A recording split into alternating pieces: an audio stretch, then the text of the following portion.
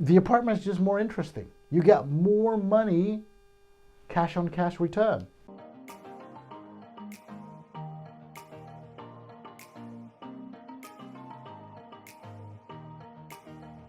Hey, what's up you guys? Lukas here from excelwealth.com.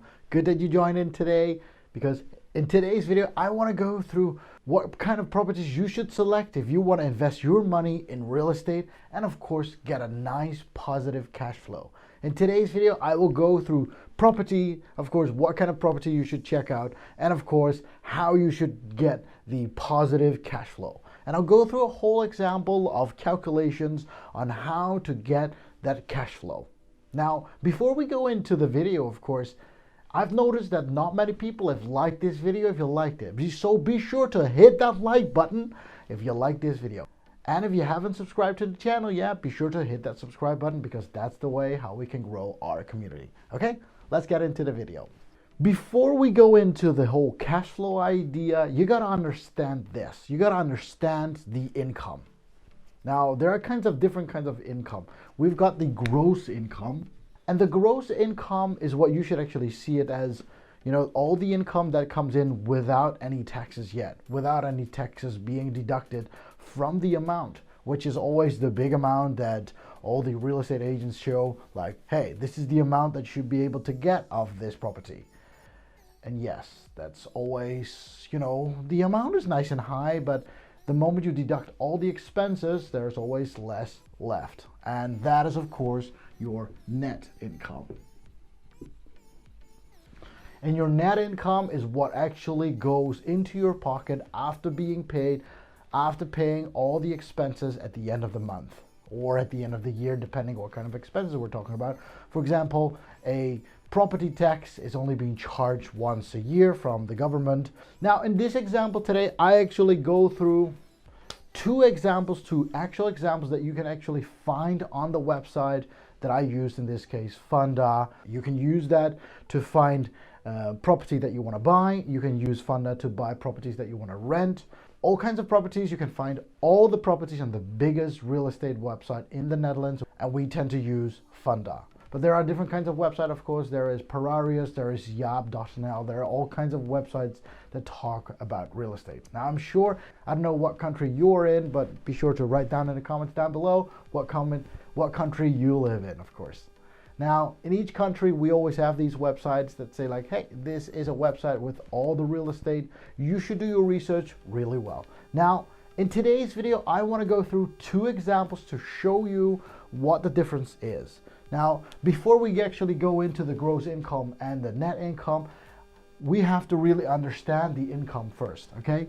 Income is very simple. We always have to take a look at a number, which is the amount of rent that comes in. And I'm gonna do it in a certain table. I'm doing it in a certain matrix. I'm gonna use 3 columns like this, and I hope that everything fits in this picture. Now, we're gonna use 2 homes, and these 2 homes are in a similar size city in the Netherlands here, to just give you an idea. The amount of, you know, the city size is kind of similar, so that everything is comparable. The distance to the city center is the same.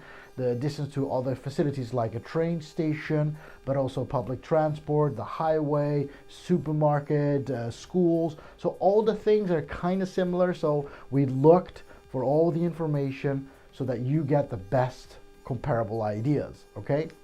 Now, we've got 2 homes. We've got a terraced home and we've got an apartment. Now, the first thing that we always take a look at is the purchase price. And the purchase price in this case, for both cases, the terrace house is valued at 218,000, whereas the apartment is valued at 105,000. The sizes of both of these homes are kind of similar. The terrace house is somewhere around 90 square meters, and the apartment is the same size, which is kind of interesting because, you know, the other one is an apartment, has no garden, has no place to have your dog live outside. Whereas the terrace house, of course, it's downstairs, you have a downstairs, you have a garden, you have a front yard, which is far more interesting on paper, of course. That's why the terrace house is valued far more. it's almost double in this case. So when we take a look at the income, of course, we take a look at the rent that comes in. And the rent for an annual, so for the terrace home, we value that at 970 euros per month. Now, how do we do that? Because we haven't bought this property yet. How do I know that a real estate agent says, hey Lucas, this property rents out for this amount of money? Now, this is the interesting part. What you always do is you take a look, you always research the area, you take a look at other similar homes and others in similar places. How much do they rent their place out for? So if you take a look on the internet for different terrace houses in similar areas, you'll find out that a similar terrace house rents out for 970 euros per month.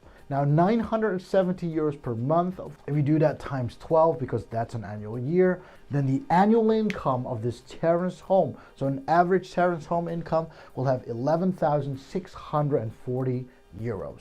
Okay, that's a number that we need to remember, because when we take a look at the apartment, now the interesting part is we found an apartment in the exact same street, in the exact same road. One is being sold, the other one is being rented, at least rented out to other people. So we know the exact amount that the apartments go out for, and the rent for the apartments is 769 euros per month, which comes down to 9,228 euros annually. Now, if you take a look at these two, of course, everybody could tell that the terrace house is more valued at the end of the month, and of course at the end of the year. But hey, if we take a look at the price, at the purchase price of the home, it is of course double, and yet the income is not double.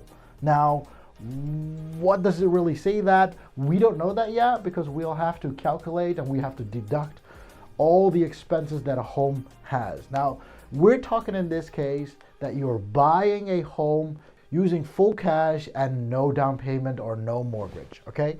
And this is why there are still expenses. There are always expenses that you have to pay whenever you own a home, okay? And this is how we do that. The first expense that we're going to talk about is the property tax. Now, property tax is charged annually by the government, saying like, hey, you own property, then what you need to do is you need to pay taxes over that property.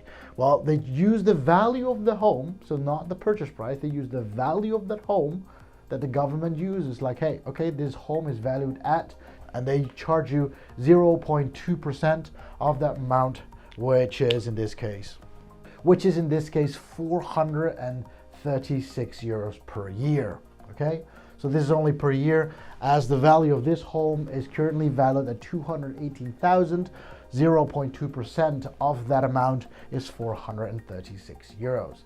And in this case, when you take a look at the property tax of the apartment, the whole property is valued a lot lower at 105,000. If you take 0.2% of that, that is of course annually 138 euros per year, which is not that much, because that's the difference here. Now, the second expense that you always have to pay, no matter if you're owning a property or renting it out, that you need to pay is insurance and maintenance. Now, in both cases, why do I write these two together? I'll get into this to a bit.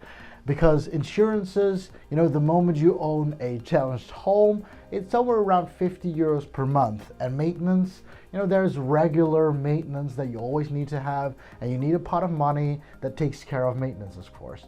Insurance and maintenance costs and expenses add up to about 100 euros per month, resulting into 1,200 per year.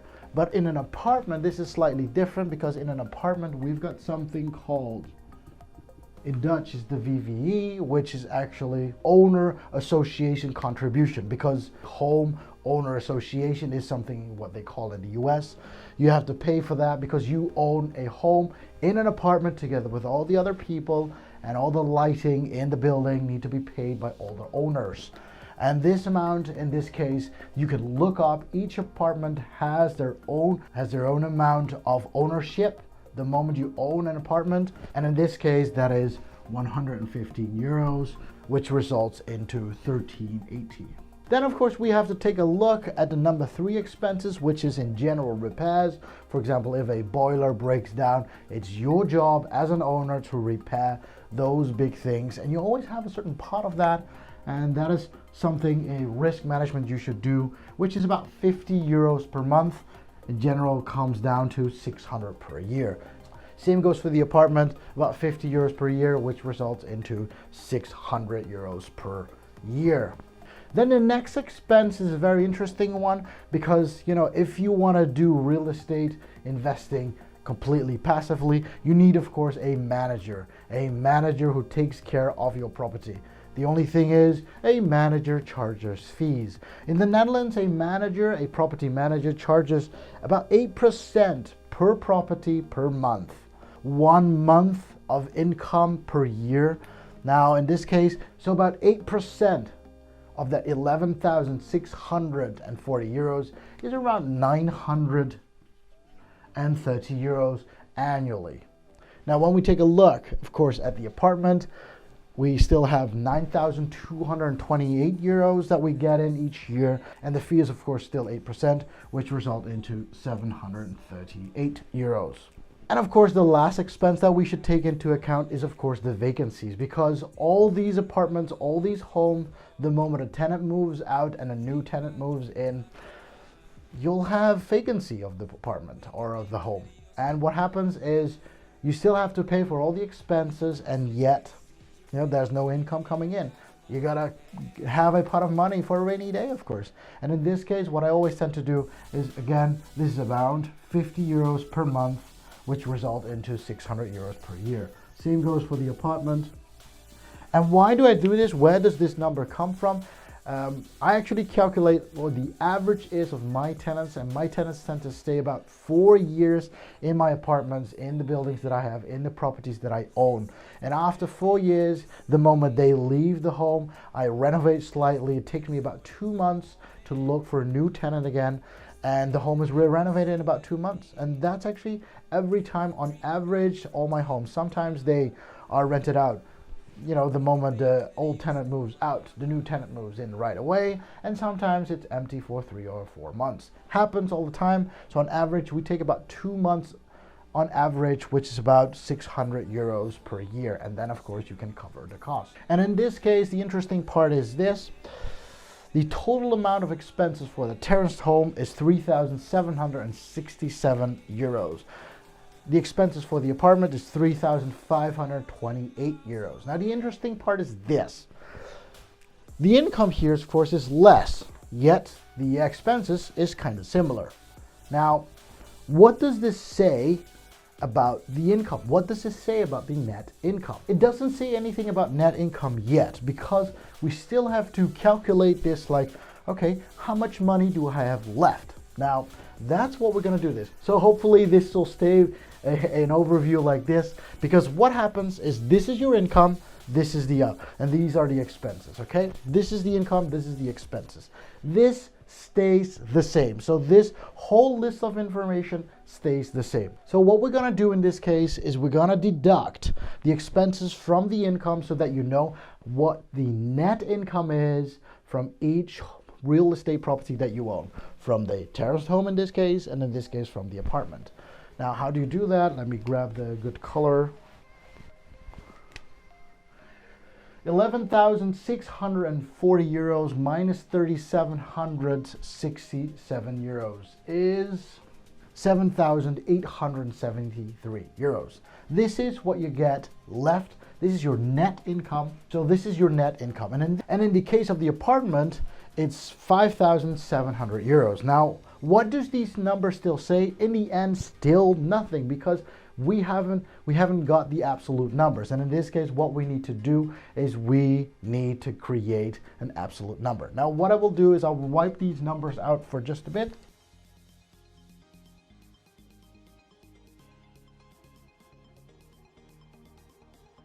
I hope that you've remembered all these numbers, because those numbers just add up to a certain number, and that's the total expenses. So these are the total expenses. We'll just leave these numbers. We'll wipe out the other numbers, as you can see. And this is the net income. Now comes the interesting calculation. Now, how do you do this? So what you do is you're going to use this number, you're going to divide this number by the purchase price. Then you'll be able to see what your cash on cash return on investment is the moment you calculate this number. The same goes for this one. So the moment you calculate this, so $7,873 divided by 218,000, and then of course times 100, because then you'll get the percentages, you'll see that the ROI of the terraced home is 3.6% annually. So every year you get 3% into your pocket.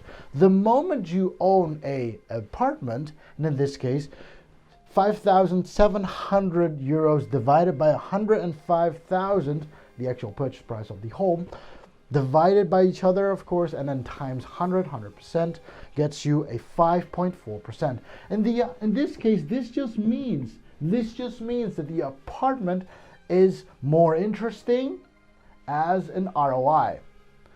This shows that the apartment has a more positive cash flow in this case compared to each other. Now you might be thinking, yeah, but the terrace house is far more interesting because it's downstairs. Yeah, but your tenants don't really care. In my case, I still have tenants who live in my apartments for more than 4 years on average, and my tenants in my terrace home live on average also 4 years in these terrace homes. So there's no real difference for the tenants. And yet for the money cash flow, you'll see right away that these both cases, the apartment is just more interesting. You get more money cash on cash return. Now, the story doesn't end here. Now, if you know me, you of course know that I always talk about use other people's money. We always say OPM. In this case, you're actually having a down payment of 218,000. I'll tell you this, I don't have 218,000 cash money liquid on the bank account. Same goes for 105,000. I don't have that. Now, this is the interesting part. Now we're going to talk about numbers. Now we're going to talk about numbers using mortgages. Now the mortgages, we've got a little bit of information about that as well, of course. It's a 30-year mortgage. The annual interest rate is 4%. So these are the numbers that we're going to use to calculate. The mortgage is going to stay there for 30 years. You got to pay off this mortgage for 30 years, and the interest rate of the mortgage is 4% per year. This is an average number here in the Netherlands. Now the interesting part is this as well. For a mortgage in the Netherlands, and if you start out, I'm not saying if you're a long-term investor already, you have a lot of properties, or just like me, the bank will still ask you to do a down payment of 30%. In my case, if the bank would ask me, Lucas, since you already have multiple real estate properties with us, you can have less. We would ask you 20% of down payment. But in this case, you might be just a beginner investor, then the down payment from a bank is 30%. The 30% of the 218,000 euros is 65,400 euros. And in the case of the apartment, it's 31,500 euros, which is, kind of like the half of it. This is the interesting part. Now you have to pay for the mortgages as well. Now, how to calculate the mortgage? And this is the down payment that you need to do, and you need to pay the remaining, well, what is that? That is like 150,000 or so. So that is the remaining amount that you need to, that's the 70% that you still need to pay. That's the mortgage that you need to pay. How do you know what the mortgage is? I use the calculator on mortgagecalculator.org. You can check that website out. I'll put the link down below in the description so that you can find that link as well. I can use the same calculator that I did, and I filled the same information. 30 years of mortgage, 4% of interest rate, and of course a 30% down payment. You can fill in that information and you'll find out that you have to do a down payment of 65,400, and of course you'll know what the average monthly pay is, the exact number of monthly pay, which is in this case 728 euros per month. On annual basis, this is 8,736 euros. And in the case, of course, from the apartment, because the down payment is less, the remaining amount that you need to pay is also less. That also means that your mortgage is less. And this is the interesting part. The mortgage monthly is only 350 euros, whereas the mortgage annually is 4,200. And now we're going to do a different thing, because this is also an expense. This is going to be deducted. This mortgage amount is going to be deducted from your income, from your net income. This was your net income.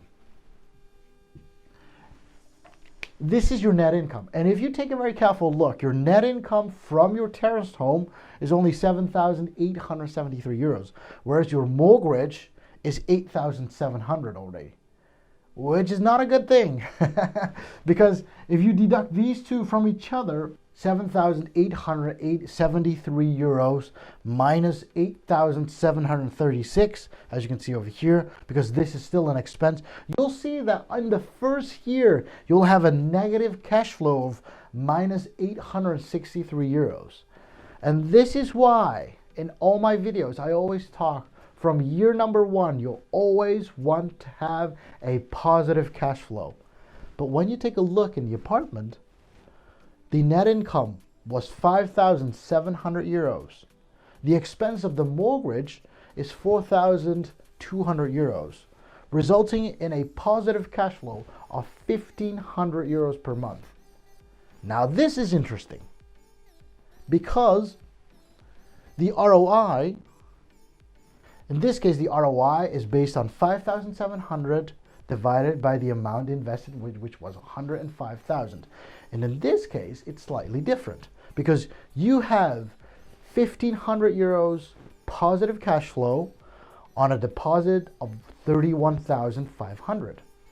And again, of course, we do the same calculation. And as you can see, 1,500 euros divided by 31,500, because that's your deposit, that's your down payment, results into 4.8% in return on investment. Now you might be thinking, hey, but that's less. Yes, that's less.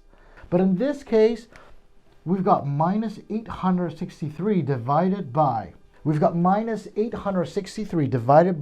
65,400 is a negative cash flow of minus 1.3%. So every year your money gets 1.3% less value, because you did a wrong investment in this case. This is why a terrace home, if you buy a terrace home at the wrong price, your cash flow will be negative each year. Now there's one more thing that you need to know in this video, because why do people still buy terrace homes and still rent them out to other people? There is something called the equity gain. So what is equity gain? Well, you got to see it like this. So the moment you pay mortgage, you've got an amount of money that goes into the interest payment, and of course there's an amount that goes into the principal payment. So paying off your mortgage in the end. And that amount is also taken with in this whole calculation. And that makes the whole story slightly different. Because in your terrace home, the equity gain in year number one is 2,687 euros, which is the equity gain. And if you add up these two numbers together and then divide by 65,000, then all of a sudden you get an ROI, a return on investment of 2.8%. This is not only a cash on cash return on investment anymore, because this was it, but this is an equity gain return on investment as well. You added the equity gain. Now, this is not it, of course, on this end, because on this end, we've got the same story. We also have equity growth as well. Now, in year number one for the apartment, paying off the interest, paying off the principal also gives you an equity gain. And in this case, the equity gain is 1,294 euros. If you add these two numbers up, if you add up the 1,500 and the 1,294 euros, and you divide that by 31,500, what you get is an ROI of 8.9%. And this is the difference. This is a huge difference compared to when you do not have a mortgage. And if you don't have a mortgage, you do a cash down payment right away, there's no equity gain anymore, because you don't get any principal paid back to you. This is a huge difference. Now you might be thinking, hey, wait a second. if I have 3 homes, each a down payment of 31,000, I get a return on investment of 8.9% on each of the properties. That's 3 times almost 9%, which is far more than 1 time 5.4%. This is the huge difference.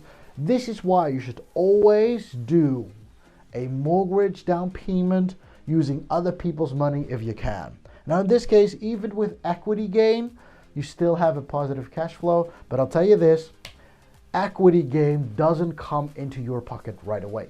Equity gain is only paying off the interest of the mortgage. This amount of money, this 2,687 euros, is not going to go into your pocket straight away. It is still stuck in the stones of your real estate. This is what so many people tend to calculate wrong. This is why so many people are okay with a negative cash flow. But in my strategy, I always teach my students to hit that like button, of course, in the video. But next to that like button, of course, always be sure to have a positive cash flow from year number 1. This is how you can cover all your risk every year instead of pumping money in a property.